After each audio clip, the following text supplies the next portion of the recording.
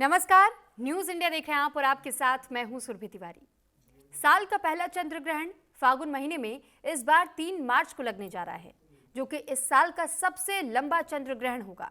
शास्त्रों के अनुसार इस दिन पूर्वा फाल्गुनी और उत्तर फाल्गुनी नक्षत्र का संयोग रहेगा, जो सुबह 7:27 तक पूर्वा फाल्गुनी नक्षत्र में रहेगा और इसके बाद पूरे दिन उत्तर फाल्गुनी नक्षत्र रहेगा। चंद्र ग्रहण भारत के कुछ ही हिस्सों में दिखने के कारण इसका धार्मिक महत्व और सूतक काल भी प्रभावी रहेगा।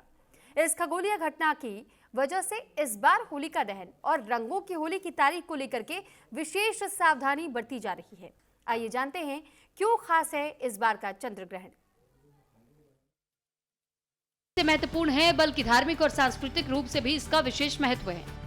लोग इस दिन धार्मिक नियमों का पालन करेंगे और ग्रहण की अवधि में सावधानी बरतेंगे।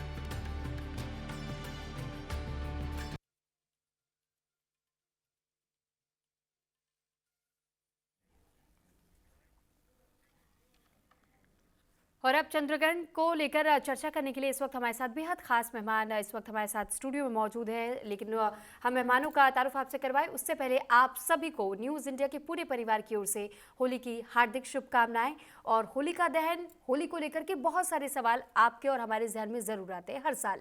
तो ऐसे में इन सवालों के जवाब तलाशने के लिए हम 2 बेहद खास मेहमान अपने साथ लेकर के आए हैं स्टूडियो में, उनके पास भी लिए चलेंगे। लेकिन उससे पहले हम आपको कुछ ग्राफिक्स के जरिए भी और जानकारियां दे देते हैं कि आखिर ये चंद्र ग्रहण होगा कब। देखिए, चंद्र ग्रहण जब होता है तब पृथ्वी, सूर्य और चंद्रमा के बीच आ जाता है, जैसे कि पृथ्वी की छाया चंद्रमा पर पड़ती है और चंद्र ग्रहण का निर्माण होता है, जिस दिन आपको ब्लड मून दिखाई देता है। चंद्रमा कुछ समय के लिए धुंधला या फिर लाल दिखाई देने लगता है और इसी वजह से इसे चंद्र ग्रहण कहा जाता है। तो फिलहाल देखिए, सूर्य के प्रकाश को लाल रंग से बदल दिया जाता है। वो आपको बदलाव नजर आता है क्योंकि जिस वक्त ये छाया पड़ती है, इसी वजह से ये रंग आपको हल्का सा लाल दिखाई देता है, जिससे कि चंद्रमा ब्लड मून जैसा दिखाई देने लगता है और इसी वजह से इसे ब्लड मून कहा जाता है। तो ये चंद्र ग्रहण के बारे में हमने आपको जानकारी दी, लेकिन अब इसके बारे में थोड़ी और जानकारियां हम ले लेते हैं अपने खास मेहमानों से। तो इस वक्त स्टूडियो में हमारे साथ मौजूद हैं आचार्य सैवी सिंह जी, बहुत स्वागत है मैम आपका न्यूज़ इंडिया पर। और एस्ट्रो शिवानी जी, मैम आपका भी बहुत स्वागत है न्यूज़ इंडिया पर। नमस्कार, जय माता दी। तो सबसे पहले मैम शिवानी मैम, मैं आपके पास आ रही हूँ और जब हम होली की बात करते हैं तो सबसे बड़ा कन्फ्यूजन तो अभी लोगों के बीच में ये है कि 3 मार्च को होली मनाए, 4 मार्च को होली मनाए या फिर 2 मार्च को होली मनाए। और चंद्र ग्रहण का प्रभाव, क्योंकि हम देख रहे हैं इस बार पड़ रहा है चंद्र ग्रहण, अगर जब भी ऐसे मौक़ों पर लगता है तो क्या ये शुभ संयोग लेकर के आता है या फिर कुछ लोगों के लिए थोड़ा सा हानिकारक भी साबित हो सकता है?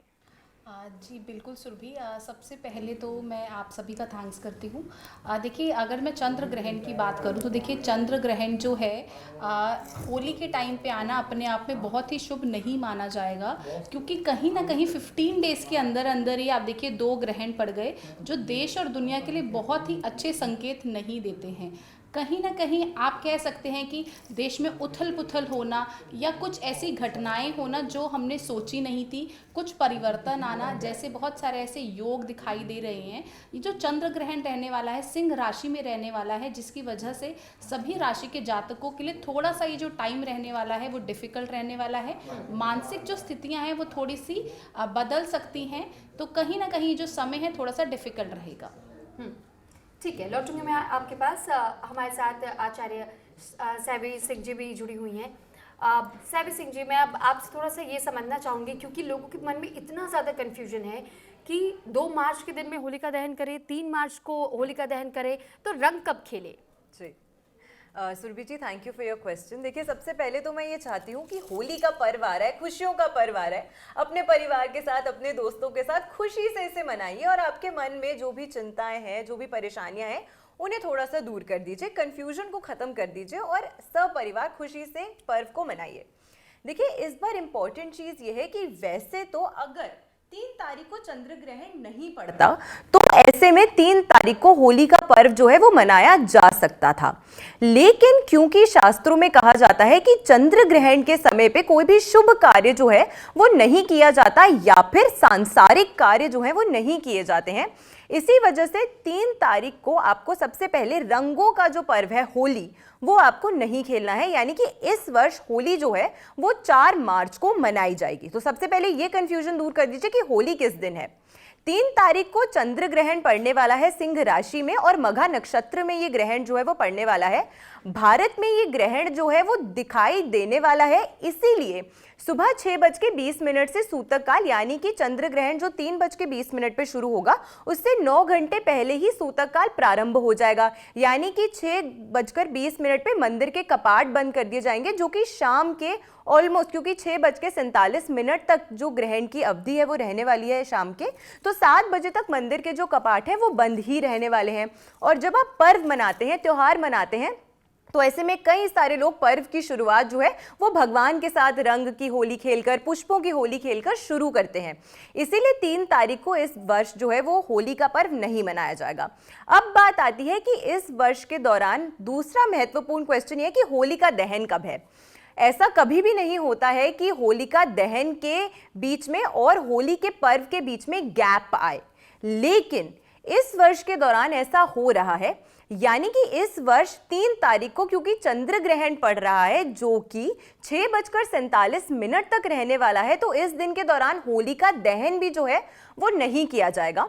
काफी सारे लोगों के मन में ये प्रश्न आएगा कि मैम होलिका दहन तो वैसे ही संध्या काल में होता है, प्रदोष काल में होता है, और 7 बजे के बाद तो चंद्र ग्रहण वैसे ही समाप्त हो जाएगा, तो हम 3 तारीख को होलिका दहन क्यों नहीं कर सकते। होलिका दहन करने की तिथिगण मान्यता होती है कि एक सबसे पहले पूर्णिमा तिथि जो है वो होनी चाहिए, प्रदोष व्यापिनी होनी चाहिए और भद्रा रहित तिथि होनी चाहिए। लेकिन धर्म हिंदू शास्त्र ये भी कहता है कि अगर आपको पूर्णिमा तिथि के दिन भद्रा रहित तिथि नहीं मिल सकती है तो पूंछ की भद्रा में आप पूर्णिमा तिथि के दौरान होलिका दहन जो है वो कर सकते हैं। यानी कि इस वर्ष 2 मार्च को होलिका दहन जो है वो संध्या काल के समय, प्रदोष काल के समय, शाम के 7 बजे से लेकर मध्य रात्रि के बीच में किया जा सकता है। 3 तारीख को ना होलिका दहन होगा, ना होली खेली जाएगी। 4 मार्च को होली का पर्व जो है आप सपरिवार जरूर मनाइए। जी।